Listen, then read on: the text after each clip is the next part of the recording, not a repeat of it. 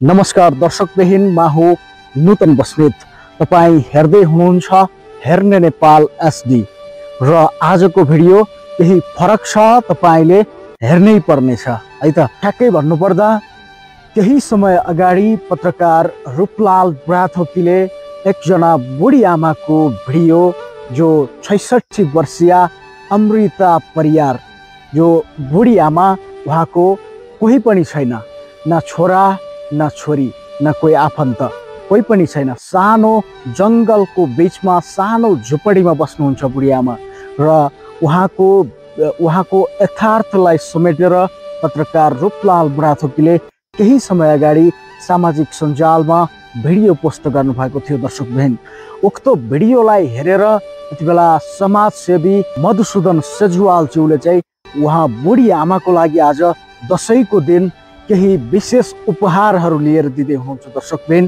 समाजसेवी मधुसूदन सेजुवालले बुढी आमाको लागि 66 वर्षीय बुढी आमाको लागि केही विशेष उपहारहरू लिएर जाँदै हुनुहुन्छ। बाँकी भिडियो तपाईको लागि जस्ताको तस्तै मधुसूदन सेजुवालले बुढी आमा जो 66 वर्षीय बुढी आमासँग गरेको कुराकानी तपाईहरुको लागि। Oh my god. नमस्ते। नमस्ते। सन्चै हुनुहुन्छ? सन्चै छु। तपाईहरु कस्तो हुनुहुन्छ? ठीक छ एकदम। हाम्रो भाइको मिडिया मार्फत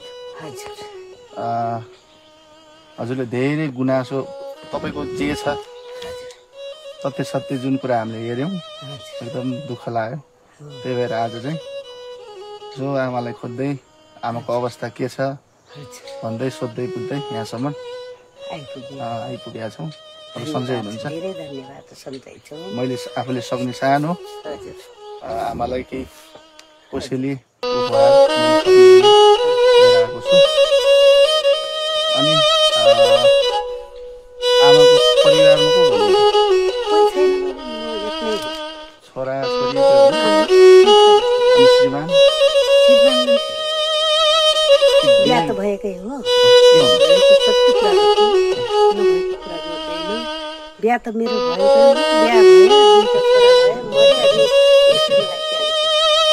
मारेर एकदम रक्सी खाने मारे कुन बाटोमा लगेर यहाँ होइन दाङ हो त्यो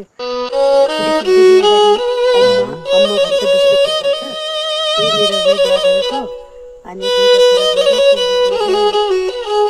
अघि पनि 5 औटी स्वास्नी ल्याएर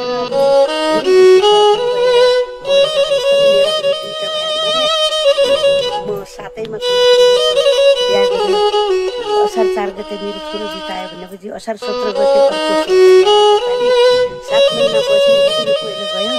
त्यहाँदेखि यसलाई देखेर बस्दैनन्। मेरो पछाडि ल्याएको यसलाई कहाँनिर छोरी कता छाड्छौँ भनेर गाउँमा पनि कुरा गरिँदैछ। घर पनि आएर मार्ने कुट्ने त जा निक्लिनु पर्छ यहाँबाट भन्ने गर्दै गर्दा म 4 वर्षसम्म कुन्चेर बसेँ। त्यहाँदेखि पछि सल्लाह सुधारसित माइत यी त मेरो कुबिने द माइत हो। अनि यहाँ मेरो बहिनी थियो, मेरो पछाडिको बहिनी थियो। त्यसको पछि यही तिहारको समयमा आएँ, म टिका लगाउने तिहारको समयमा आएपछि म गइनँ। यतै बसेँ। त्यहाँदेखि मलाई वर्ष दिनसम्मलाई केही पनि भएन। अदेखि वर्ष दिन पछाडि कोही नभएको मान्छेलाई कष्ट नआउनु मन तर माइत पनि दाइ भाउजू भावदै छन्। अनि तिनले पनि ठिक गरेनन्। एउटा मान्छेलाई कति वर्षको तपाईले एकल जीविका पार्जन गर्न थालेको? अहिले मेरो 35 वर्ष नागिसक्नु लाग्छ। 35 वर्ष भयो मेरो दुःख। अहिले कति वर्ष हुनुभयो? अहिले म 66 वर्षको भएँ। यो वैशाखबाट यता भाइ 66 मा लागेको छु। तपाईको आय स्रोत केही पनि छैन? केही पनि छैन। भत्ता त कति वर्ष दिन्छ भत्ता? भत्ता अहिले 3 वर्ष हो कि कति वर्ष भयो? 8000 दिन्छ। एकल भत्ता हैन? एकल पनि होइन। एकल दिने भए त अहिले अघिबाट दिने थियो। बिर्जो भत्ता भनेर 60 पुगेकोलाई अब म परियार भएँ। त्यो भएको कारणले अनि 60 पुगेपछि 8000 दिने गएको छ। अहिले 4 वर्ष भयो। 4 वर्ष हुन्छ आज यही मङ्सिरबाट। त्यही हो मेरो दुःख त भोलि साध्यै छैन। तपाईँ बस्ने घर पनि एकदम सानो रहेछ होइन? यो घर त पाँच दिन नानीमा जाऊ घर हो सर।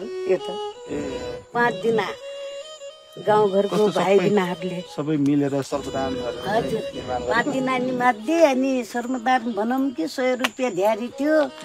अनि 3500 लाग्यो अब 5 दिनको निम्ति अब 3500 लाग्यो। एउटा यो के छ यसमा चुनी लाउँदा समस्या हुन्छ नि?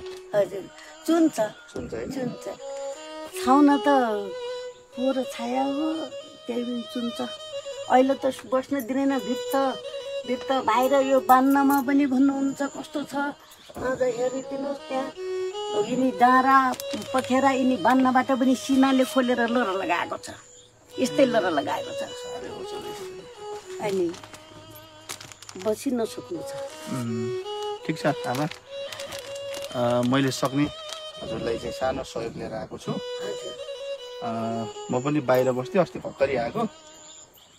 यसो भाइहरूकै मिडिया मार्फत चाहिँ हजुरको दुःख पीडाहरू चाहिँ मैले चाहिँ सुने देखेँ होइन। त्यही भएर आमालाई मैले सक्ने केही सहयोग ल्याउने अवसर पनि जुर्यो। ल आमालाई चाहिँ यो के भन्छ साडी भन्छ के भन्छ है होइन? अब जाडो पनि आउन लाग्यो होइन? तपाईँलाई न्यानो स्वेटर पनि ल्याइदिएको छ। लाउनु त मान्छे त सानो छु ठुलो स्वेटर यो यस्तै खालको हुन्छ तपाईँसँग लाउनु त हुन्छ हुँदैन?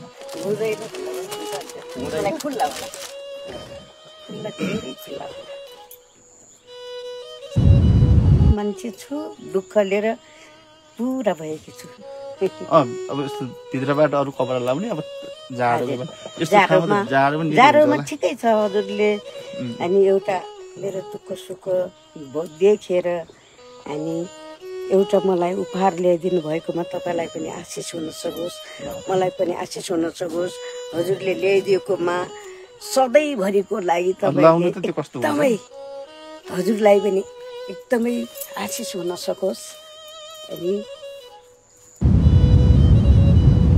हो कि पातली हेर्नु त केही छैन के। बाहिरबाट ल्याएको कपडा त मिल्दैन। एक दिन बजार गएर मिल्दैन चप्पल ल्याए हेर्नु कोट बरानी कोट जस्तो भयो। लामो उता फर्किनु त पछाडि हेर्नुहोस् त आमाको नयाँ स्वेटर लगाएपछि कति ह्यान्डसम देखिनुहुन्छ। आमा त भक्करको जस्तो देखिनुहुन्छ। आमा तपाईँ त भक्करको जस्तो देखिनुहुन्छ त स्वेटर लगाउँदा। होला ठिक छ ठिक छ बाबु ठिक छ। न्यानो तातोमा लाग्नु है। अब जाडोको दिन आयो जति कोब्रा भए पनि थोरै हुन्छ।